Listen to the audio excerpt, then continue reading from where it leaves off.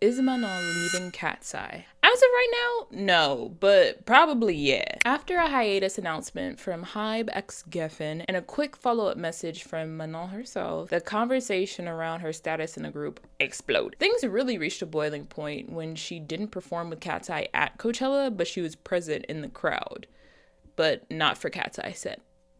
Right.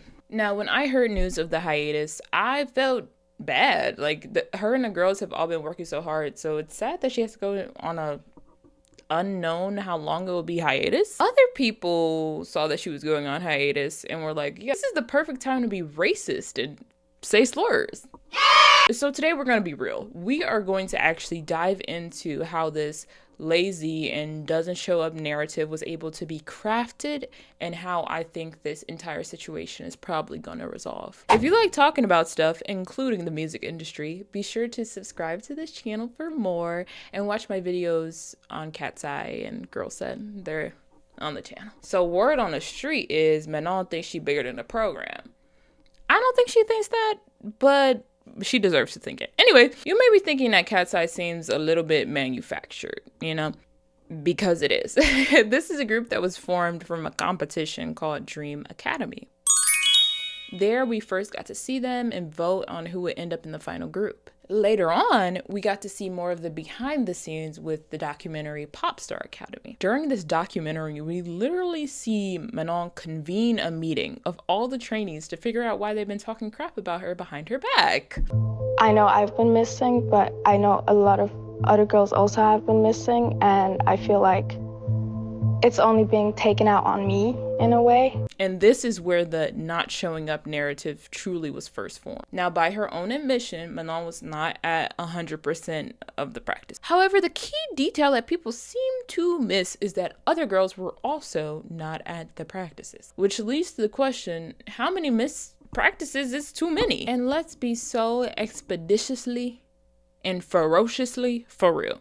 They probably had way more practices and way longer practices than what was actually needed. The K-pop training system will have you doing bull. Not because it's going to make you a better performer, or a better singer, or a better dancer, or any of that. They want to condition you to accept and welcome exploitation with a smile. So many K-pop idols have mental and physical health issues, with some idols even passing out on stage. These companies do not care about the health and safety of their artists. They just care about making the best product possible. Manon's personality doesn't seem to be incredibly compatible with such a high competition, high stress, high time commitment environment. So for her, who's never done anything like that before, it seemed like it took some time for her to adjust to such a demanding schedule. She isn't coming from a place where she thinks about things the way that the other girls do. She just sees like, okay, it's dance practice. We have 15 other dance practices this week. I can miss one dance practice. I don't feel good. The other girls are like, every dance practice is so important. Blah, blah, blah. Over time, though, Manon was able to reframe her thinking and adapt to this new system, this new environment, this new career path. She was taking notes. She's showing up early. She's putting in the hours. Yes, there was an issue where she couldn't stay at the house with the other girls, whatever. She kept breaking the rules, whatever. Maybe she wouldn't be doing that if she wasn't getting socially bullied. I wouldn't want to live in the house with these girls who treat me all funny. I don't know what these girls are capable of. But I would be up out of that house too. And with the quickness. On top of that, from our outsider perspective, it can seem really cool to be scouted for something that thousands of other people audition for. But nobody wants to talk about how that calls your abilities into question. Those other girls viewed her as a threat. Instead of being confident and working on their own abilities, they saw her as an easy excuse for when they weren't measuring up to whatever standard set by the instructors or themselves. They had this mindset that kind of spread throughout the group that Manon didn't want it as much, she didn't work as hard, she didn't deserve it, she didn't care. Thinking like that makes it a lot easier when you're not at the top of the pyramid, so to speak. You can just think to yourself, it's not my fault, this whole thing is just rigged, it's not fair. Yeah, it's not fair. You knew it wasn't fair. It isn't fair that all the girls who ended up going to LA and then who ended up being in the final group are all thin and conventionally attractive. and probably from like middle to upper class backgrounds. That isn't fair either. But if the only time you have something to say about being disadvantaged is when you're the disadvantaged one, you actually don't care about fairness. You're just taking an L right now. It's okay to just be like, dang, I'm taking an L. For real though, if you have a problem with special treatment and lookism, I can introduce you to this concept called being an independent artist, maybe. And unfortunately, the vitriolic approach that these girls took to addressing Manon on this issue cannot be separated from race. And if there's one thing that unites the globe, it's anti-blackness. The one drop rule and Manon proudly embracing her Ghanaian heritage is the perfect combination for her to get the black girl treatment. In other places, race can be a complicated thing and all that other stuff. But here in the US of A, that's a black queen right there.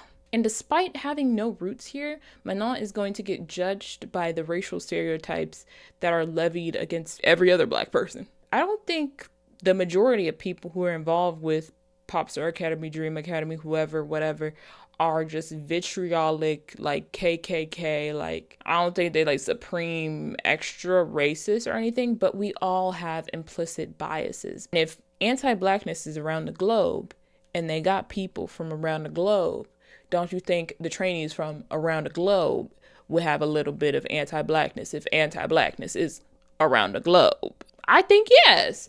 The ways that you were putting her into the box of not showing up and her essentially being lazy has racial undertones to it. And now she's in a situation where she feels like she constantly has to prove herself.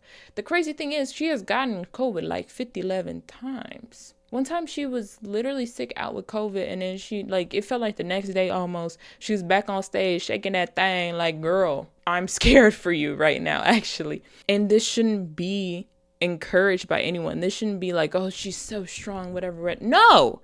Your immune system is able to do its best job when you are taking care of yourself.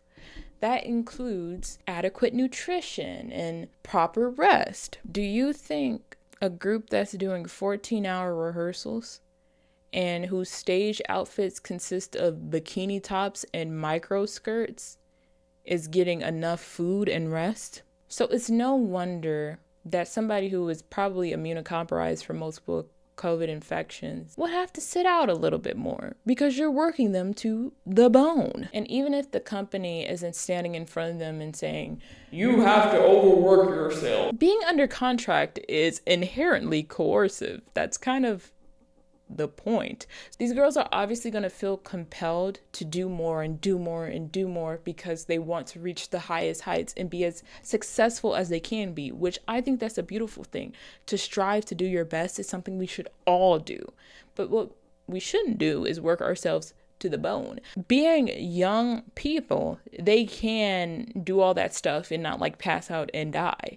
But the things that you do have repercussions later on. So if the company is setting them up to have a really difficult like senior life, that's messed up. I think we should be able to do work and do the things that we love without it having such negative repercussions on our health long term. And if our employers are putting us in a position where we are going to have such serious long-term health repercussions, there should be some element of mitigation there. There's a responsibility that we have to our youth for the sake of our future. But I think music companies have a little bit of a different philosophy on that. I think Manon was not going for the okie doke, and Geffen said, so we're going to kick you out the group. And she said, oh, okay.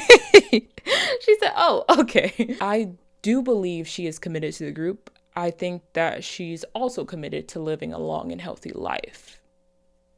And those things are seeming a little bit incompatible. My prediction is that Manon will be on hiatus for a few more months max, and then they'll announce her official departure from the group. The tricky thing is, though, if she is under a 7-year contract, what they're going to do with the remaining part of her time, I don't think she'll be able to buy herself out. I think she'll probably just hang out. Like, I don't think that they'll let her do other work, or if she does other work, it will have to be relatively small because they wouldn't want the member who left get bigger than the group. Or if that was the case, they would have to change the strategy around a lot, and then the other girls would probably end up getting sidelined, which would also be bad. I don't think that there's a good ending for this. But honestly, will we even be in this big messy situation if they had more black girls in the program to begin with?